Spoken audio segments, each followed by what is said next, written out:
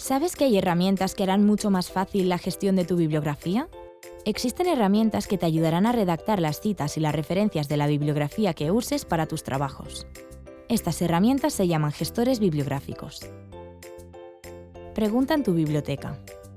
Hay gestores bibliográficos gratuitos que podrían bastar para tu trabajo. En la biblioteca pueden indicarte cuáles son. También es posible que, por ser alumna de tu universidad, tengas la oportunidad de usar un gestor más completo o una versión mejor. Hazte una cuenta en un gestor bibliográfico. Elige un gestor que sea adecuado a tus necesidades. No pierdas de vista las ventajas que tendrás si usas el de tu universidad. Por ejemplo, la asistencia que puedes recibir cuando la necesites. Prueba tu gestor bibliográfico. Haz algunas pruebas antes de cargar tu bibliografía. Puedes probar varios y escoger el más idóneo. No te preocupes si quieres cambiar más adelante, es posible llevarte tu bibliografía a otro gestor. Explota las posibilidades del gestor bibliográfico.